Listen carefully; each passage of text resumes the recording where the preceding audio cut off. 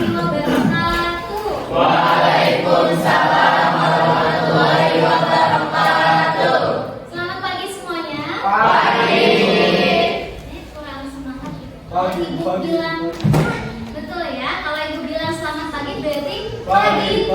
Tangannya harus di Angkat. Oke, selamat pagi. Pagi. Masya Allah, kalian semangatnya. Oke, tapi sebelum memulai alangkah baiknya kita berdoa terlebih Dahulu. Silahkan ketua kelas. Ini ya. Latihan siap. Doa dimulai.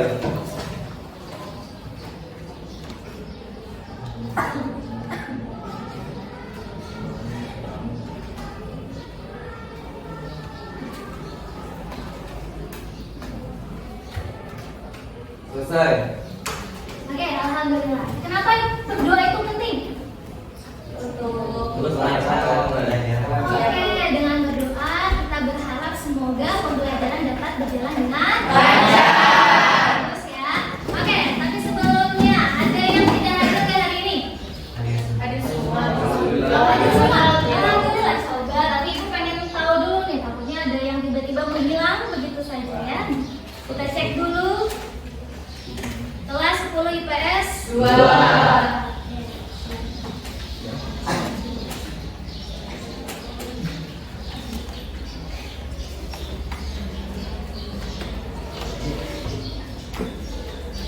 Anissa Sri Durianti,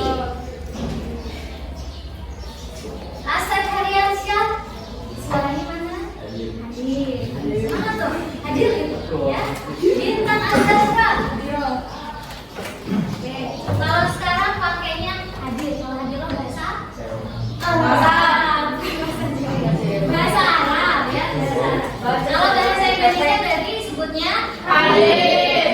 Oke, Daniel. Hadir. Gita hadir. Lulu hadir. Muhammad Afrizal Hadir. Muhammad Adriansyah Hadir. Muhammad Fahri Hadir. Muhammad Fazri Hadir. Anak Fazri suaranya kok Fazri Hadir. Muhammad Ihsan Hadir, Bu. Muhammad Iqbal Oh, pasti hadir. Alhamdulillah. Muhammad Hairil Dinata Muhammad Salma Muhammad Saputra Muhammad Ali Yudin Muhammad Fatur Rahman Hadir. Muhammad Najib Muhammad Rifai Rifai sedang membantu Muhammad Salman mana Salman? Nabila Nania Okan Salva Sarah Amelia Saskiawati Siti Hadiati Siti Zahra Siti Rusita Siti Mariani alhamdulillah semangat Siti Maulia Suci Syakira Shivania Yuda Zakia ada yang belum jawab saya? Enggak ya, alhamdulillah masuk semua kelas 10 IPS 2. Keren, berikan tepuk tangan.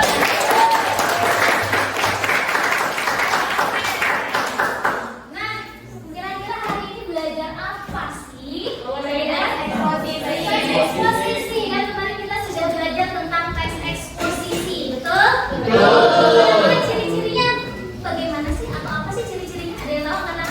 Oke, silakan. Berisi penjelasan informasi atau pengetahuan. Berisi informasi atau pengetahuan. Apalagi ciri-cirinya? Silakan. Memiliki banyak kalimat, opini dan fakta. Memiliki banyak kalimat, opini, fakta. Yang tadi, angkat tangan. Oh. Gaya bahasanya bersifat mengajak atau Oke, mengajak ya. Coba kita lihat di sini. Oke, di sini Bu sudah ada video yang tadi yang sudah kalian bahas itu sudah tepat sekali. Berarti kalian memahami pembahasan yang ke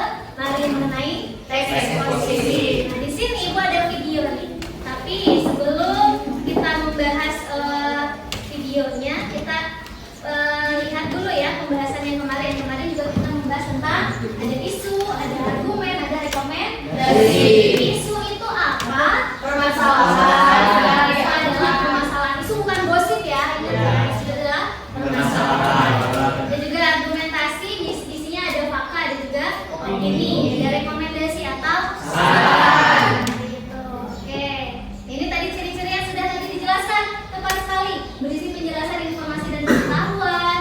Ada kalimat opini dan fakta, bersifat mengajak dan memengaruhi. Nah, ini yang sudah kalian pelajari kemarin seperti.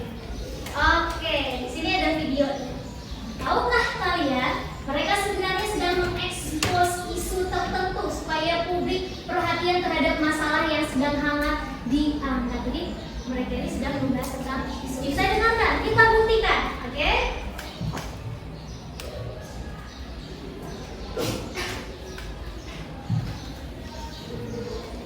Kuliah itu penting gak sih?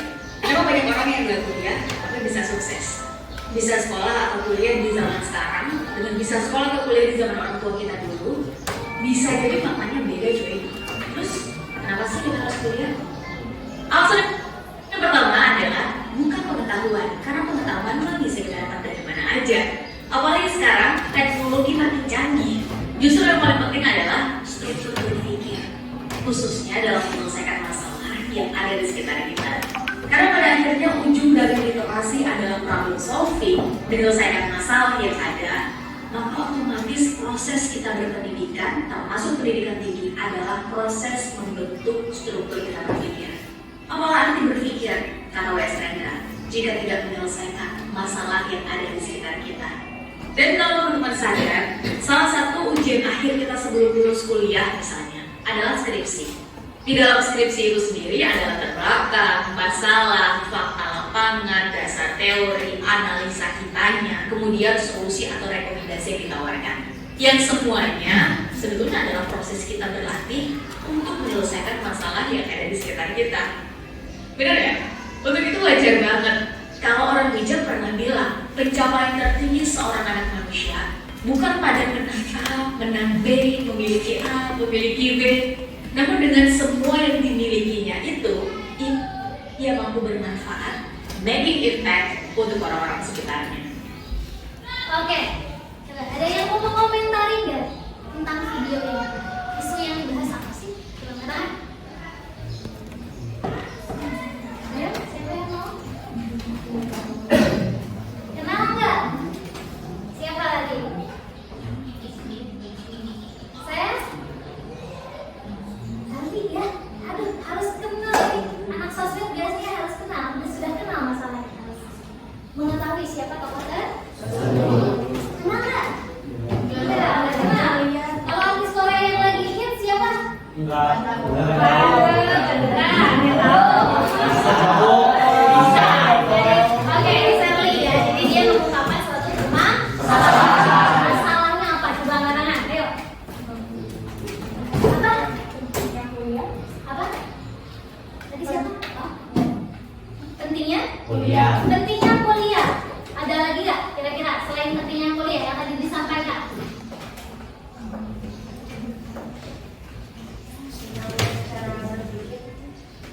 Cara berpikir. Oke, boleh. Ada lagi? Pentingnya kuliah, cara berpikir. Ada lagi nggak? Yang tadi disampaikan oleh Sani apa sih? Intinya kita harus menjadi orang yang bermanfaat. Seperti itu. Kuliah itu adalah proses bagaimana kita menumbuhkan pola pikir dan kita bisa menyelesaikan suatu permasalahan. Seperti itu. Itu yang disampaikan oleh Sally. Sekarang yang kedua nih di sini ada video. Ini saya ambil dari short video di YouTube ya. Belakangan ini banyak hebohan, diblokir, terus heboh lagi waktu dibuka. Semua ini berkaitan sama PST Kominfo. Sebenarnya apa sih intinya? Ya, simpelnya semua situs yang berbisnis di Indonesia harus daftar ke sini. Gunanya, pemerintah biar gampang turun tangan kalau ada pelanggaran hukum. Bagus kan ya? Tapi menurut organisasi ini, masalahnya ada pasal-pasal karet yang bisa disalahgunakan. Contohnya, pemerintah tuh bisa lihat banyak data kita untuk pengawasan. Soalnya, konten-konten yang dianggap meresahkan masyarakat dan mengganggu ketertiban umum bakal bisa disingkirkan. Dan yang bikin aneh juga, abahnya ada rencana baru penetapan DNS nasional. Dia itu ibaratnya kayak petunjuk jalan yang ngarahin kita situs-situs internet. Tujuannya itu ya biar internet kita lebih mandiri dan taat hukum. Tapi lembaga ini pernah bilang, itu justru beresiko dengan pemerintah untuk menyensor kontennya berseberangan. Oke, tujuan Kominfo mestinya bagus, tapi setelah semua keributan menjadi ini, gimana menurut kalian? Silakan ngomong. Dan seperti biasa, terima kasih. Oke, ini saya ambil dari akunnya Kok Bisa. Ya, ini video mengenai isu terhangat. Masih tahu nggak kabar isu itu? Permasalahan yang sedang hangat-hangatnya tentang apa kira-kira? Pemblokiran situs Pemblokiran situs oleh siapa? Kominfo. Oleh Kominfo, betul. Selanjutnya yang berhubungan dengan hacker, siapa itu? Biorka, ya. Ada Biorka yang menghack Kominfo, ada Kominfo yang memboikot atau memblokir, bukan memblokir situs-situs tertentu. Contohnya kemarin yang diblokir apa saja? PayPal, apa lagi? Pinjol, apa lagi? Epic Games, ya. Jadi akun-akun atau situs-situs tertentu juga diblokir oleh Kominfo. Ini adalah isu yang hangat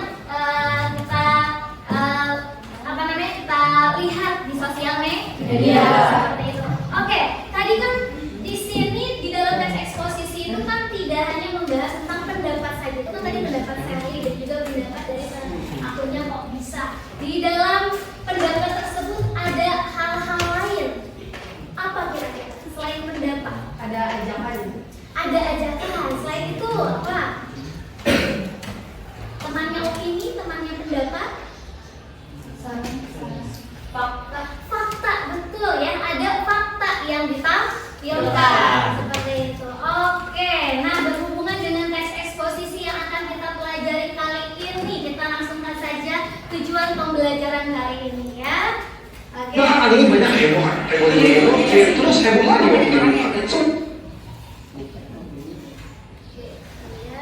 Nah ini dia tujuan pembelajaran kita kali ini.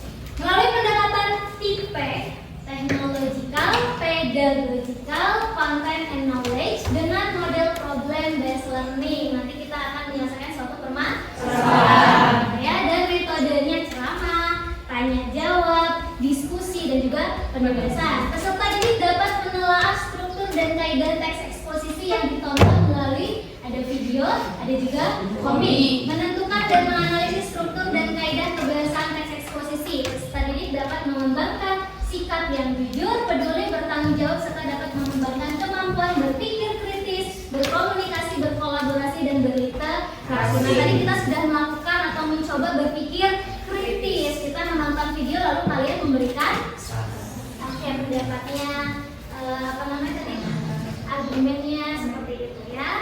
Oke, kita lanjutkan. Itu tujuan pembelajaran kita. Diambil dari apa? Diambil dari kompetensi dasar mengenai menganalisis struktur dan kebahasan teks eksposisi. Nanti kita akan analisis struktur dan kebahasan teksnya, gitu. Oke. Capaian pembelajarannya, peserta didik diharapkan mampu menentukan struktur dan kaidah kebahasaan teks eksposisi, lalu peserta didik mampu menganalisis struktur dan kaidah kebahasaan teks eksposisi. Jadi ada dua hal yang akan kita lakukan hari ini.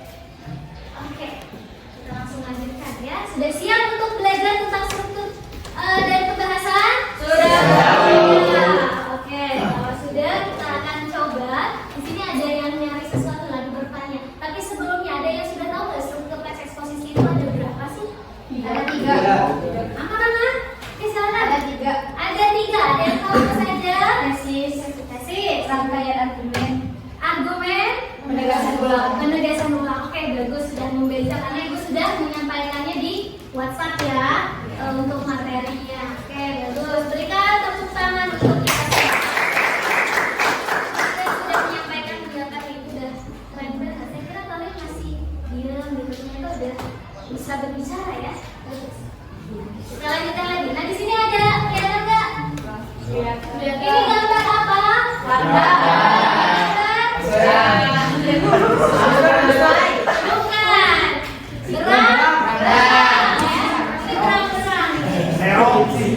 Kelinci kalau kuping ya itu still. Oke, ada pandai dan juga ada gerang. Kelihatan nggak siapa yang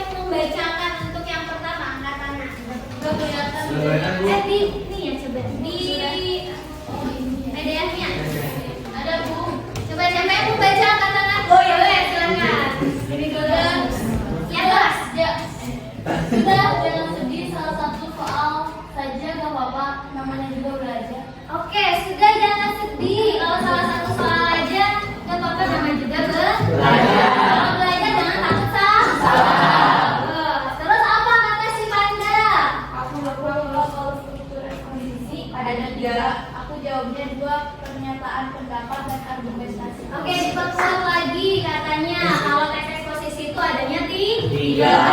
bukan 2. Ada yang kemarin salah menjawab yang untuk soal yang sudah saya kasih teks laporan hasil observasi tentang strukturnya? Ada yang salah? Untuk soal-soal yang banyak itu? Struktur teks observasi itu berapa? 3, sama ya, ada 3 juga. Kalau untuk teks observasi strukturnya apa saja? Ada pernyataan umum, yang kedua deskripsi, deskripsi manfaat. Ya, kalau teks eksposisi yang pertama tadi tesis, yang kedua ketiga Penegasan ulang. Benar nggak sih? Coba kita dengarkan pendapat dari si berang-berang. Siapa yang membaca angkat tangan? Oke, kasih silakan. Makanya sebelum ujian belajar dulu. Jadi bisa ingat kalau struktur yang ketiga penegasan ulang sudah jangan nangis. Oke, udah jangan nangis. Pokoknya ya belajar terus karena belajar tidak boleh berhenti. Itu harus terus belajar. Selanjutnya kata si berang-berang apa lagi? Tuh. Kamu silakan. Struktur teks eksposisi ada 3 ya. Tesis, pertanyaan, pendapat, bagian pembuka teks eksposisi berisi pendapat umum. Oke, selanjutnya apa lagi? Lanjut saja bacanya. Struktur kedua argumentasi, unsur penjelas untuk mendukung tesis, argumentasi berupa alasan logis, hasil temuan, fakta-fakta, dan bahkan pernyataan para ahli. Oke, yang ketiga. Struktur ketiga, penegasan ulang, bagian yang bertujuan menegaskan pendapat awal serta menambah rekomendasi atau saran terhadap permasalahan. Oke, tadi apa yang dikatakan dulu ya, bukan dikatakan berang-berang gitu ya. Jadi dikatakan oleh dulu tadi, kira-kira mana yang tidak kalian pahami? Coba silakan tanyakan.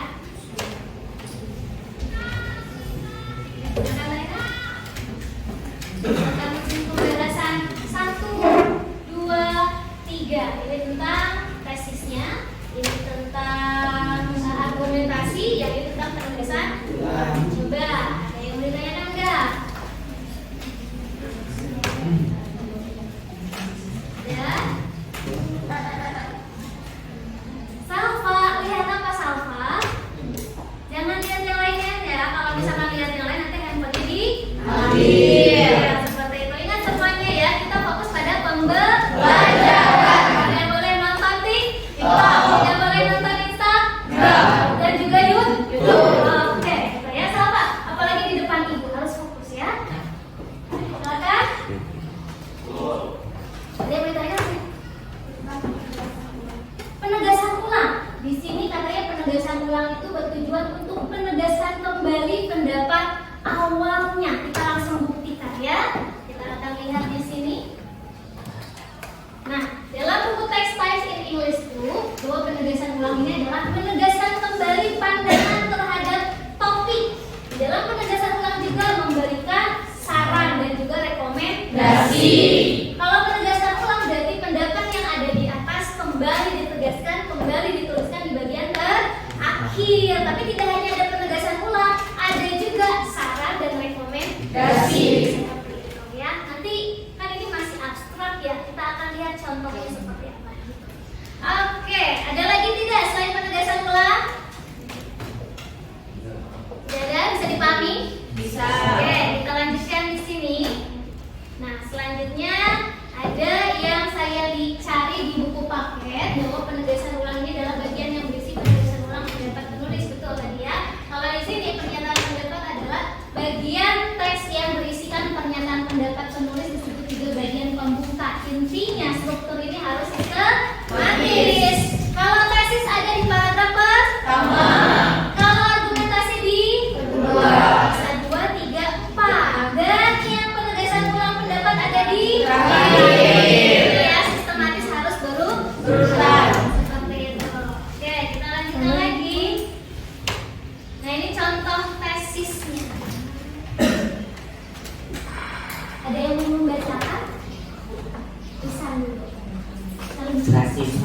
adalah transisi dari masa anak-anak ke masa awal dewasa. Usia remaja berada pada kisaran usia 10 tahun sampai dengan 21 tahun.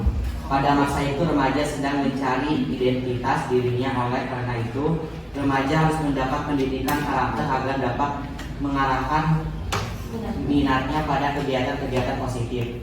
Pendidikan karakter yang dapat diberikan pada remaja antara lain berperilaku jujur, kreatif, percaya diri, santun, dan peduli. Oke, betul ya. Jadi di sini ada pembahasan tentang tesisnya. Di sini ada jawabannya. Dan ini adalah tesis. Kenapa kalimat ini disebut dengan tesis? Ada yang mau menjelaskan? Tesis kan pernyataan pendapat. Kira-kira ini kenapa disebut tesis? Ayo. Angkat tangan.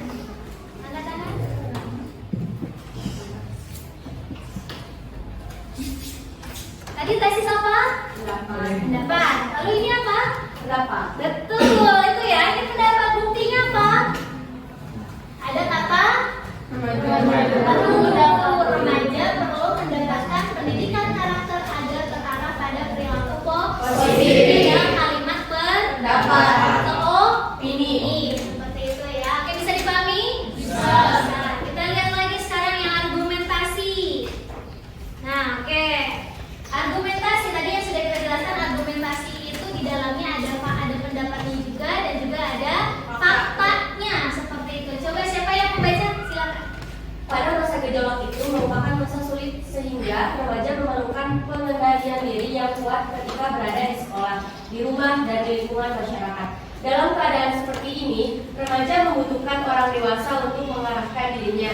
Untuk itu, agar tidak terjerumus pada hal-hal negatif, remaja harus mempunyai pendidikan karakter.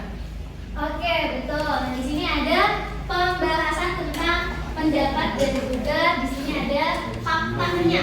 Remaja mengalami gejolak emosi baru, memerlukan pengendalian diri. Remaja harus dibekali dengan pendidikan karakter. Masih ada lagi di sini untuk argumentasi. Oke. Hubungannya masih tentang pendidikan karakter. Siapa lagi yang mau membaca? Boleh, silakan. Pendidikan karakter ini dapat membentuk mereka menjadi remaja berprestasi. Di dalam pendidikan karakter, mereka diajari nilai religius yang menguraikan kebaikan agar remaja tumbuh sebagai manusia yang peka pada lingkungan sosial. Di samping itu, mereka diajari juga nilai toleransi dan nilai cinta damai atau nilai-nilai kemanusiaan yang membentuk remaja. Mempunyai sifat pengasih, berbudi pekerti, dan cinta damai. Dalam pendidikan karakter itu, mereka diajari juga nilai suka bekerja keras, kreatif, mandiri, dan mempunyai rasa ingin tahu yang tinggi, yang dapat menjadikan remaja sebagai orang yang berprestasi. Oke, nah ini adalah contoh dari argumentasi. Dan tadi yang kita lihat, yang bagian pertama dan yang kedua, kalau yang kedua ini kan pendidikan karakter dapat membentuk remaja berprestasi. Pendidikan karakter mengajarkan nilai religius, toleransi, cinta damai, kerja keras, dan juga kreatif, dan lain-lainnya adalah hal-hal yang sifatnya objektif. Seperti itu ada di dalam argumentasi. Tapi argumentasi tadi tidak hanya hal-hal yang bersifat fakta atau hal-hal yang bersifat objektif, ada juga yang di dalamnya adalah pernyataan para ahli atau data temuan. Seperti itu. Nanti kita juga akan lihat yang lain ya. Oke. Nah, sekarang contoh untuk penegasan ulang. Silahkan, siapa yang mau membacakan? Pendidikan karakter ini dapat membantu mereka menjadi remaja berprestasi. Di dalam pendidikan karakter, mereka diajari nilai religius yang menguraikan kebaikan agar remaja tumbuh sebagai manusia yang peka pada lingkungan sosial. Di samping itu, mereka diajari juga nilai toleransi dan nilai cinta damai atau nilai-nilai kemanusiaan yang membentuk remaja mempunyai sifat pengasih, budi pekerti, dan cinta damai. Dalam pendidikan karakter itu, mereka diajari juga nilai suka bekerja keras, kreatif, mandiri, dan mempunyai rasa ingin tahu yang tinggi yang dapat menjadikan remaja sebagai orang yang berprestasi. Oke, nah ini adalah penegasan ulang ya. Kalau dari sini kita lihat pendidikan karakter ini dapat membentuk mereka menjadi remaja berprestasi. Di dalam pendidikan karakter mereka diajari nilai religius yang menguraikan kebaikan agar remaja tumbuh sebagai manusia yang peka pada lingkungan sosial. Lalu di sini dibahas nilai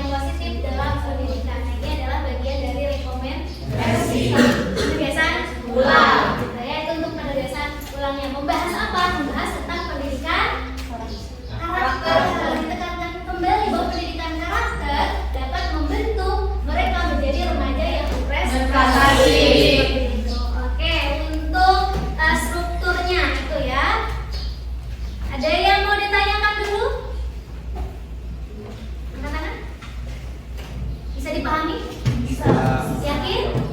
Alhamdulillah. Oke, kita lanjutkan. Tadi sudah ada strukturnya. Sekarang adalah kaidah pembahasan teks eksposisi. Oke, coba dibaca sama.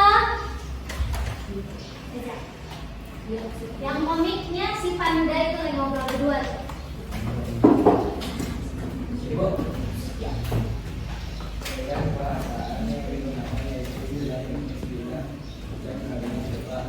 Oke, jadi kaidah kebahasan ada dua. Ada teknis bidang dan kalimat verbal. betul. Yang selanjutnya siapa yang mau membacakan? Oh, silakan. Kalimat verbal terbagi menjadi kalimat aktif dan kalimat pasif. Oke, selanjutnya yang bawah angkat tangan. Dulu, oh ya. Kalimat aktif terdiri dari aktif transitif dan intransitif. Oke, terakhir. Oke, silakan. Kalau kalimat pasif terbentuk terbentukan kean dan bentuk persona. Persona ya.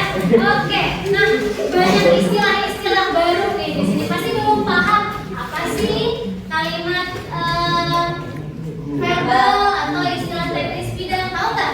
Nah, kalau kalimat verbal ini ada kalimat aktif dan pasif, tahu tidak? Tidak. Oh, kalimat aktif terdiri dari aktif transitif dan intransitif. Sudah paham?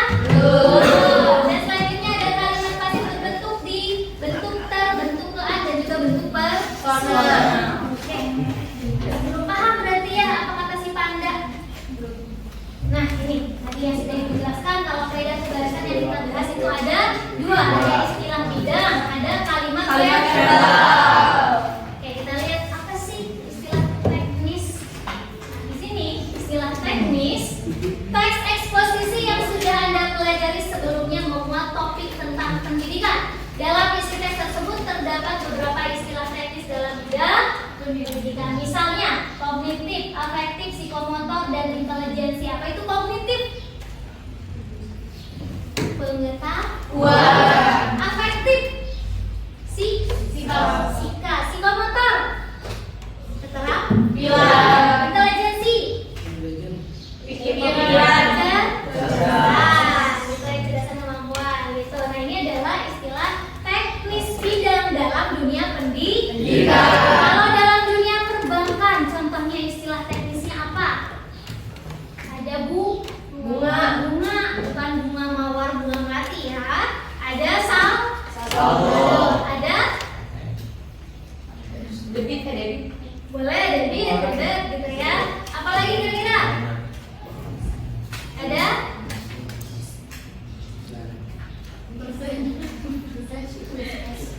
Ada cash, ada ATM dan sebagainya. Itu adalah istilah teknis bidang dalam dunia perbankan. Kira-kira bisa dipahami? Bisa. Oke. Kalau untuk dunia kedokteran, kira-kira istilah teknisnya apa? Virus boleh.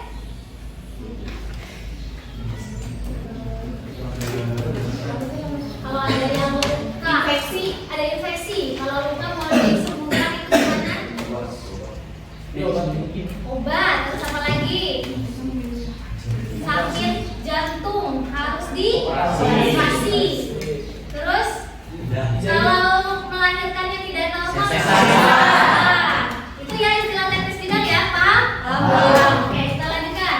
Sekarang yang kalimat verbal. Kalimat verbal merupakan kalimat yang berpredikat kata kerja atau frasa verbal. Nah, ada kata, ada frasa. Masih ingat nggak? Kata itu apa? Frasa itu apa? Ada kata, ada frasa. Contohnya, ya sini tolong tebak ya. Kira-kira masuknya kemana?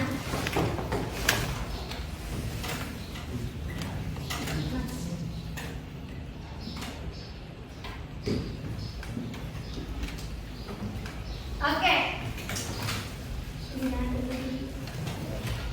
Kira-kira yang termasuk kata yang mana? Buku sama meja. Oke, buku dan meja. Kalau frasa berarti Buku tulis sama tulis. Tulis dan papan tulis. Kenapa? Alasannya apa?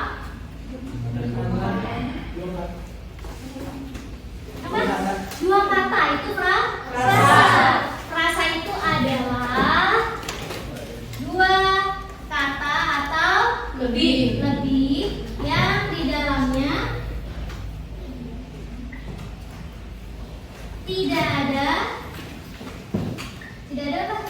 Kira-kira unsur predikatif. Contohnya, kalau saya makan berarti rasa. Bukan, saya itu subjek, makan itu predikat. Tapi kalau ini bukan, ini subjek, predikat bukan ya. Udah, contoh lainnya ada gunung? Salah. Ada meja?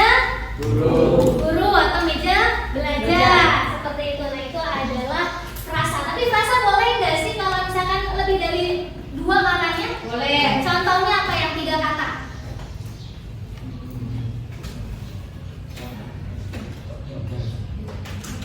Apa kira-kira?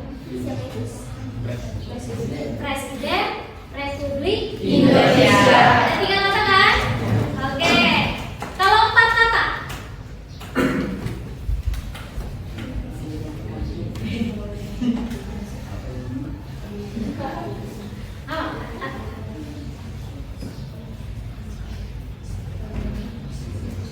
Ibu sebagai apa? Guru.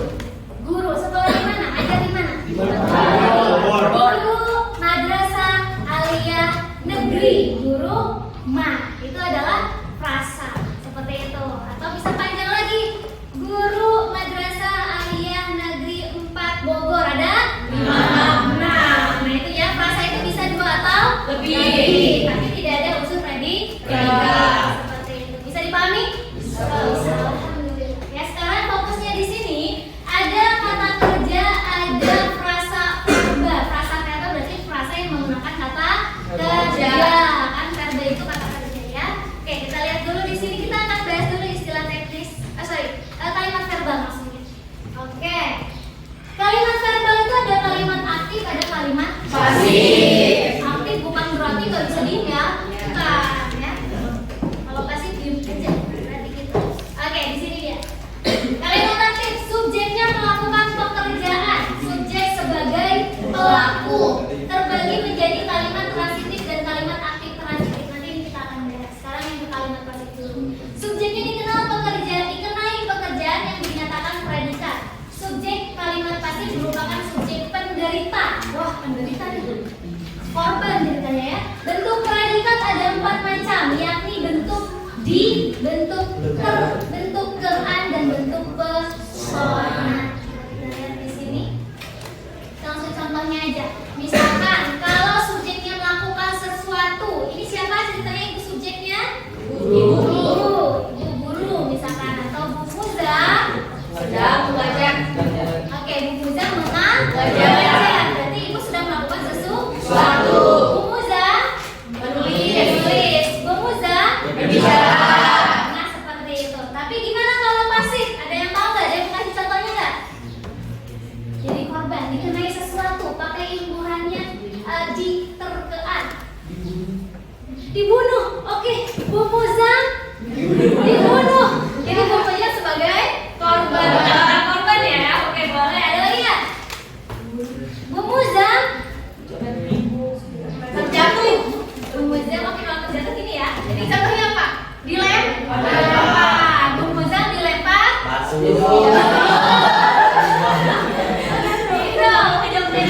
Jadi Bu Muza sebagai korban. Itu ya. Ada yang ibuannya di, ada kalau kean gimana? Ketiduran boleh. Bu Muza ketiduran di mana? Dari kelas ya, jangan ya. Oke, selanjutnya ada bentuk persona. Bentuk persona itu apa sih? Contohnya? Oke, nanti di sini ada pembahasannya untuk contoh lengkapnya. Ini ya, nanti kita lihat. Persona itu ya aku, kami, mutasi, begitu ya. Tapi nanti detailnya. Kita lanjutkan dulu kalimat aktif. Tadi kalimat aktif, ada kalimat aktif transitif, ada kalimat aktif intransitif. Kalimat yang predikatnya diikuti objek adalah transitif. Subjek kalimat melakukan pekerjaan terhadap objek. Remaja membutuhkan orang dewasa untuk mengarahkan dirinya. Kalau dari kalimat ini setuju nggak? Kalian membutuhkan orang dewasa? Betul. Untuk apa? Untuk mengarahkan, membimbing seperti itu ya. Jadi kita harus menghormati orang yang lebih dewasa.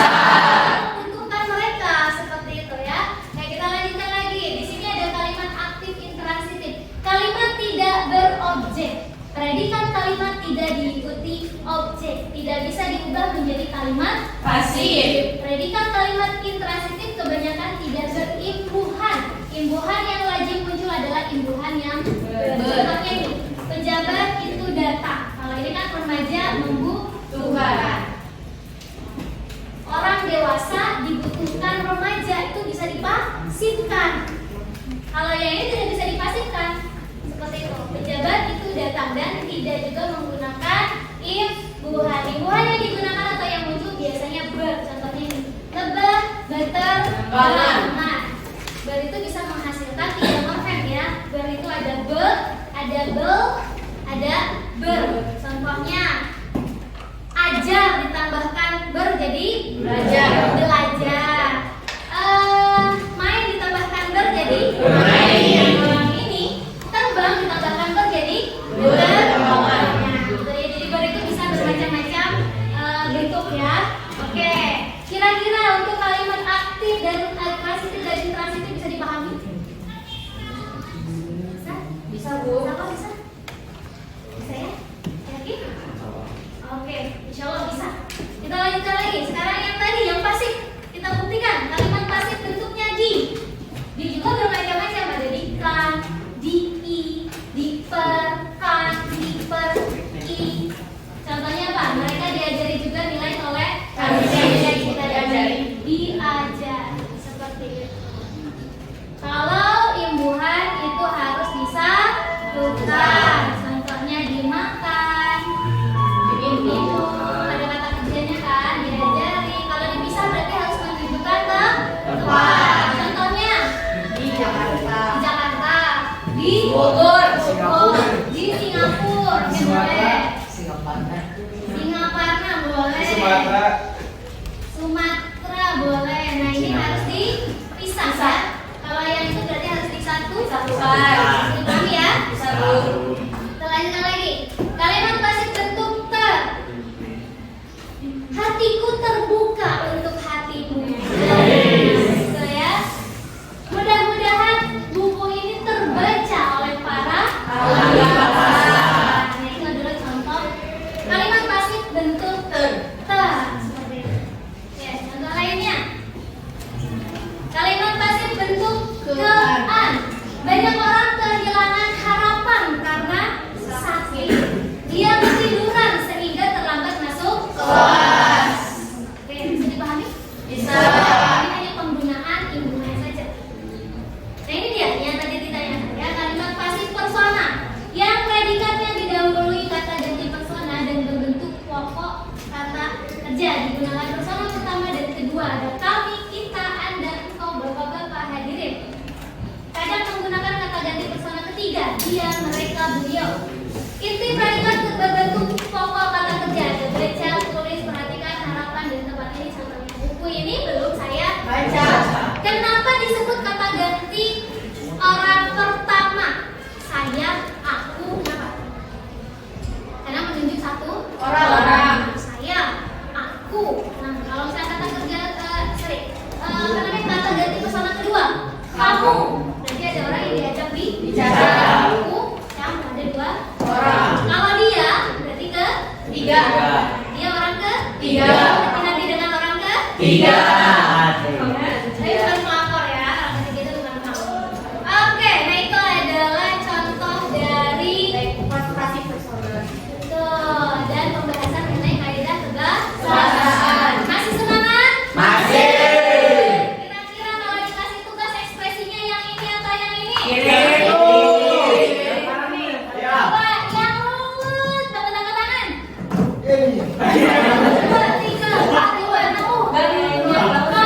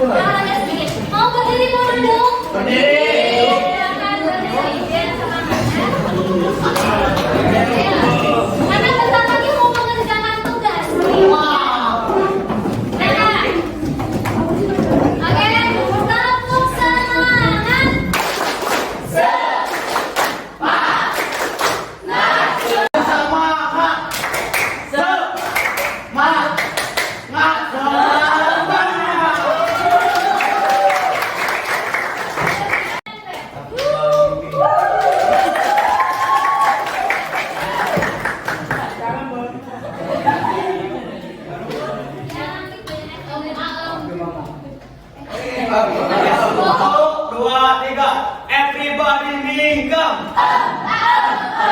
Everybody mangap. Everybody muntah. Everybody mingkem mangap muntah.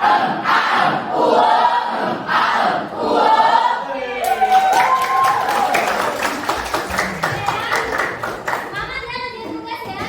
Oke.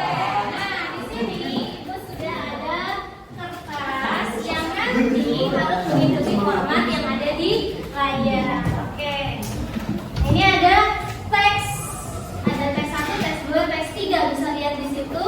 Kira-kira kelompok 1 mau pilih teks 1, 2 atau 3?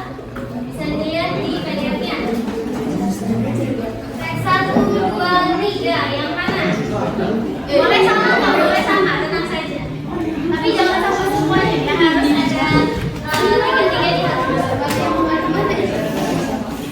Apa? Kelompok 1? 1, 2, 3? 1, oke. Kelompok 1 terkaitan dengan peredaran narkoba. Kelompok 2? 1 juga, peredaran narkoba. Boleh, peredaran narkoba. 1 jadi nggak boleh lagi ya. Sama 2 dan 3. Kelompok 3 yang mengikuti pendidikan. Pendidikan. Pendidikan yang tes berapa? 3. Aku juga kalau mau pendidikan Oke, silakan. Pendidikan juga ya, boleh silakan. Jadi pendidikan ada 3 kelompok. Selanjutnya yang peredaran narkoba ada 2 sama kelompok. Tugasnya gimana sih? Di situ juga bisa dilihat. Tugasnya adalah menganalisis atau menilai struktur teks tersebut beserta analisisnya. Jadi kalian tentukan versi 1 itu paragraf berapa. Selanjutnya argumentasi paragraf berapa, penulisan ulangnya paragraf berapa. Lalu dijelaskan, ada penjelasannya di situ. Bisa? Bisa. Itu untuk strukturnya. Dan di bawahnya adalah untuk kaidah kebahasaan. Ada istilah bidang teknis, ada kalimat faedah. Untuk sekarang cari 1 saja untuk yang ini dan juga yang ini. Jadi kaidah kebahasaan carinya 1. Sedangkan untuk yang ini harus dilengkapi. Oke, jangan lupa dituliskan nama anggota kelompoknya. Bisa? Siap? Oke, kalau gitu silakan dikerjakan. Silakan dikerjakan.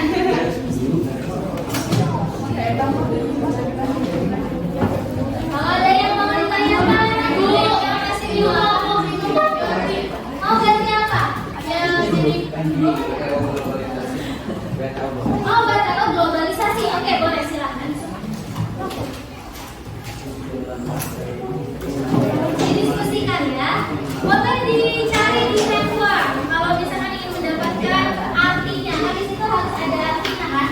Istilah dan makna istilahnya. Bisa dicari di kbbi.kemendikbud.com. Kalau tidak salah.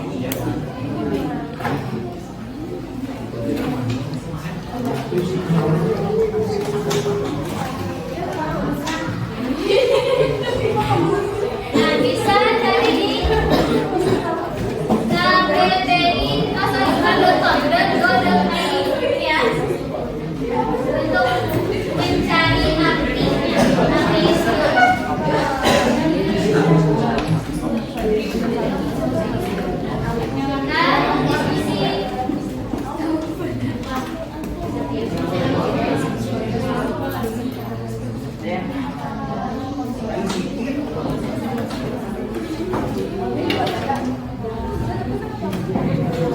Gabung dengan kelompok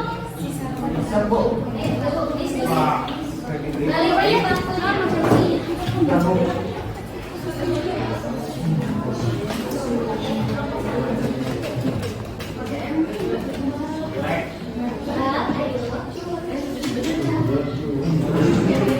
bisa kalau masih bisa. Pasti bisa. Coba dulu. Kalau sudah didiskusikan dengan temannya, pasti akan lebih ringan. Alasan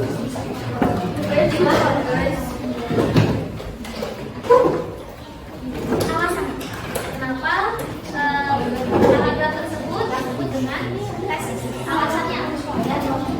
Atau buktinya apa? Contohnya yang kayak tadi kan ada kalimatnya.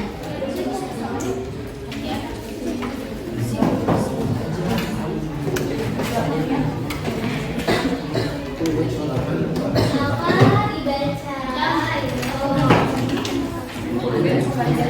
Buktikan dengan teman-temannya.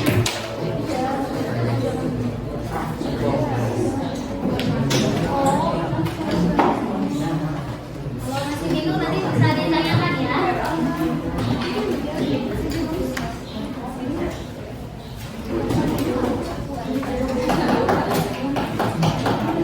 Andre baca.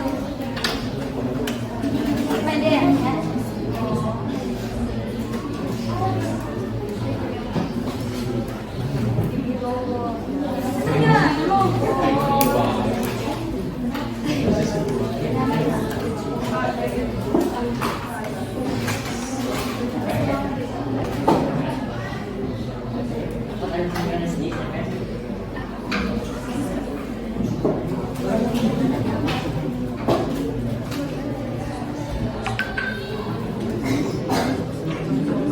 Oh iya, ibu lupa ngasih waktunya ya.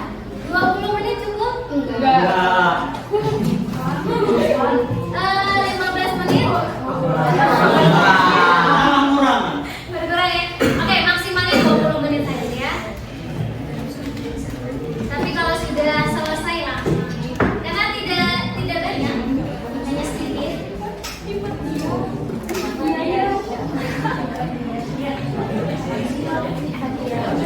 Halo, ayo dibaca mana handphonenya boleh analisis bersama ya.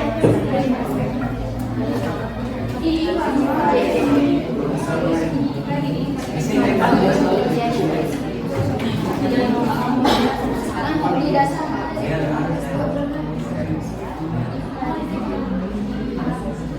Maka ditulis dulu di kertas masing-masing. Itu nanti dibagi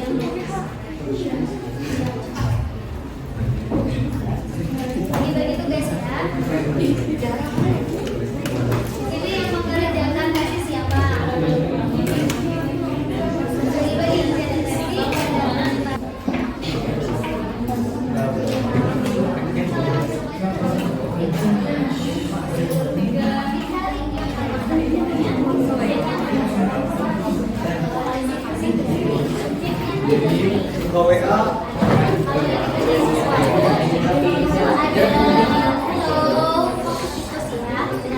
kalau untuk yang kalimat pasti kan itu ada keluarnya, imbuhannya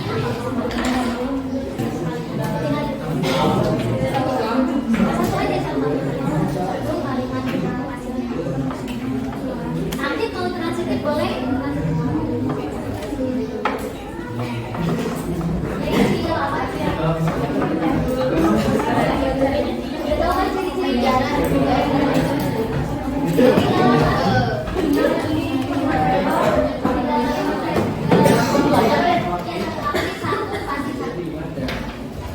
Yang ini apa?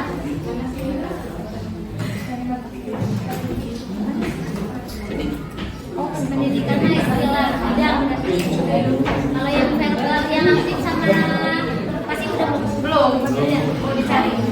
Ya buka handphonenya semuanya. Biar bareng-bareng dicari.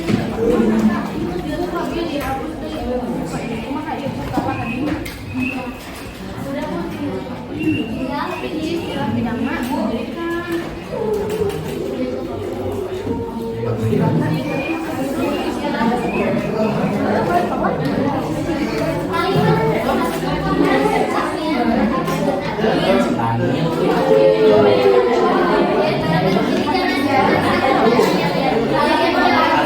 Tugas bos. Ibu, ini yang dibuka lagi. Ibu, ini kan kalian ambilnya ada dua. Iya, dua-duanya. Pilih salah satu. Yang aktif satu, yang pasif satu. Ya.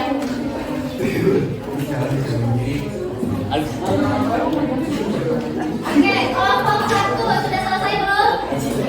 Yang belum tinggal bawahnya Yang kalimat kedua yang aktif pasif. Oke, yang kelompok dua sudah belum?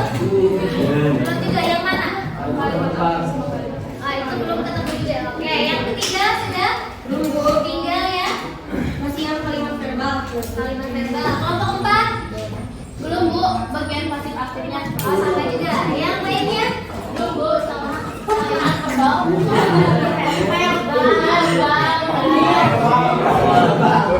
Oke, mohon perhatiannya. Jadi kita akan melanjutkan presentasinya di pertemuan berikutnya. Jadi sintaks yang terakhir menganalisis dan juga mengevaluasi beruntun. Kita akan lakukan di pekan depan. Tapi diusahakan harus dilengkapi, bisa dikerjakan di lain waktu. Seperti itu. Tapi untuk melihatkan tadi yang sudah selesai itu di bagian teks, eksposisi yang struktur ya sudah silakan. Sudah Bu. Oke, siapa yang mau mempresentasikan hasil itu Bu? Oke, silakan. Kelompok 3. Yang lain tolong disimak karena nanti harus menanggapi hasil dari presentasi selanjutnya. Ya Bu. Assalamualaikum warahmatullahi wabarakatuh. Waalaikumsalam warahmatullahi wabarakatuh.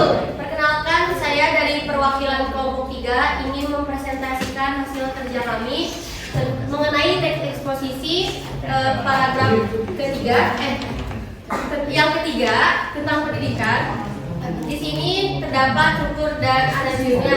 Yang pertama, tesis. Tesis terdapat di paragraf pertama.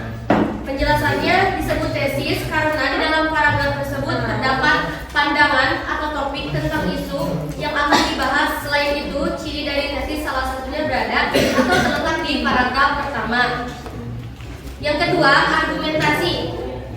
Ada berada di paragraf ketiga. Kenapa? Karena di dalam paragraf tersebut berisikan pendapat atau argumen dari M.G. Lavengel. Yang ketiga, penegasan ulang. Ada di paragraf 4. Kenapa disebut ada di situ? Karena pada paragraf tersebut berisikan kesimpulan dan penegasan ulang dari paragraf atau argumentasi sebelumnya. Sekian presentasi dari saya. Wassalamualaikum. Sebelumnya ada yang ingin menanggapi atau menambahkan? Ada? Dari kelompok Coba lain? Andrew yang sedang ngobrol tadi menyimak tidak? Tidak. Menyimak. Judulnya kira-kira apa tadi yang disampaikan? Tentang? Betul, tentang pendidikan? Betul. Setuju tidak dengan analisisnya? Setuju? Betul setuju? Yang mananya yang setuju? Yang mana? Oke, makanya harus diperhatikan. Ngobrol ya, Andrew ya. Oke, kalau gitu siapa yang mau menanggapi? Ayo. Oke, silakan. Kelompok 5. Pendapat saya benar karena pada tesis terdapat pandangan atau pengetahuan isu, pembukaan, ada argumen, ada alasan dan penegasan ulang selalu ada di akhir. Oke, bisa aja? Oke, baik. Berikan tepuk tangan.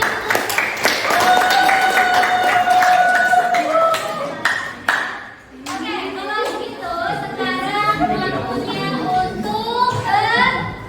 Ya.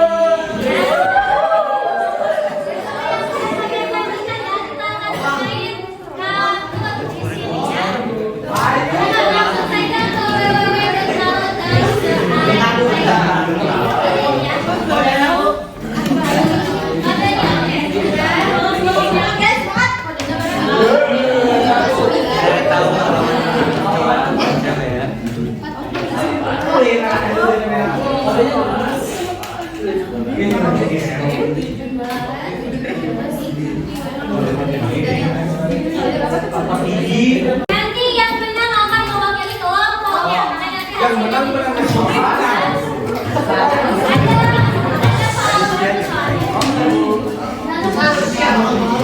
Oke, sudah siap? Ya, Bu.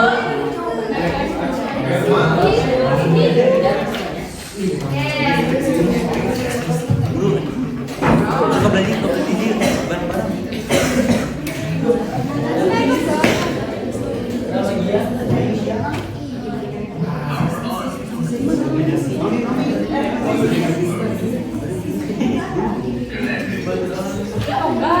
dulu ya, dibaca dulu.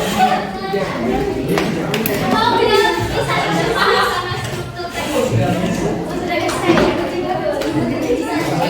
Oke, karena belum coba tadi.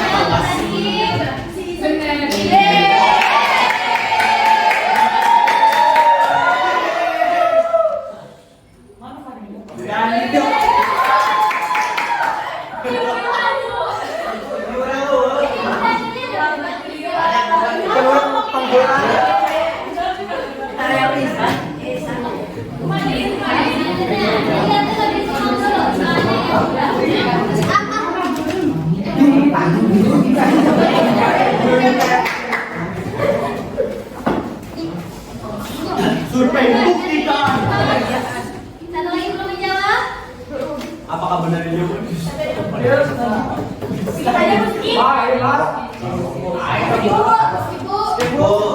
Nah, ada satu orang yang belum menjawab. Ayo dong, ayo.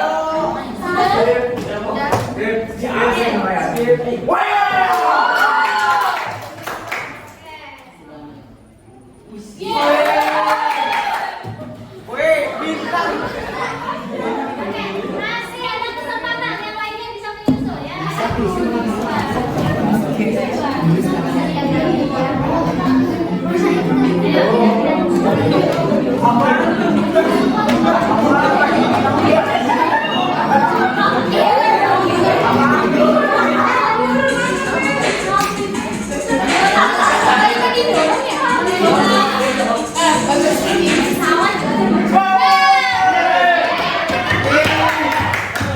Salah.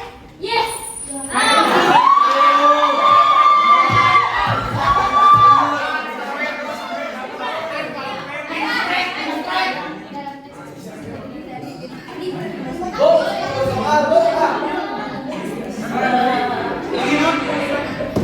Gigi kan ya pertanyaan ini juga kurang.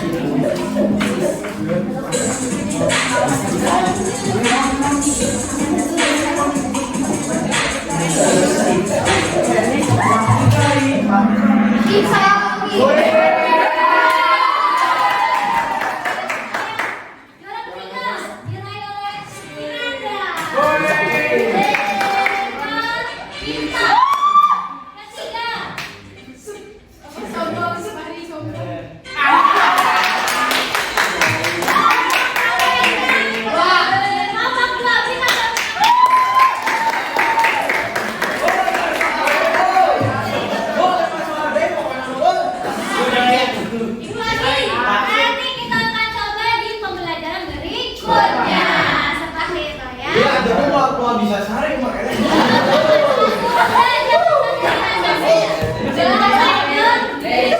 Fokus lagi silakan, simpan lagi handphonenya. Kita fokus ke pembelajaran terakhir yaitu menyampaikan kesimpulan. Siapa yang mau menyampaikan kesimpulan angkat tangan? Aku, silakan.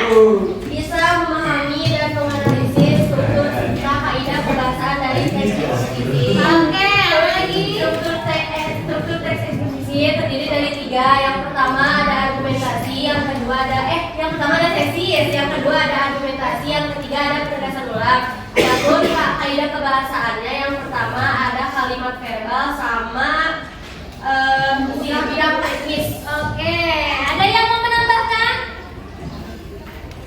Di dalam kalimat verbal ada kalimat Aktif dan pasif. aktif dan pasif. Aktif dibagi 2 lagi. Ada intransitif sama transitif sama intransitif. Betul. Kalau yang pasif, kalimat pasif ada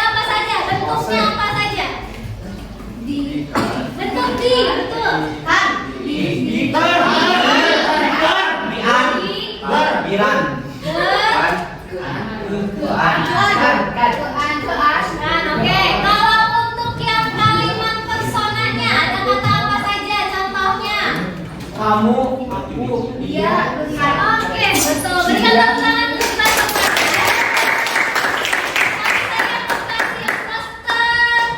Apa ya? Terkuat untuk kelompok 3.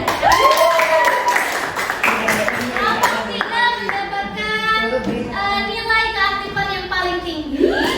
Kelompok 2 mendapatkan nilai karena sudah mendapatkan poin tertinggi untuk tahun. Tapi sisanya juga kita akan berikan tepuk tangan untuk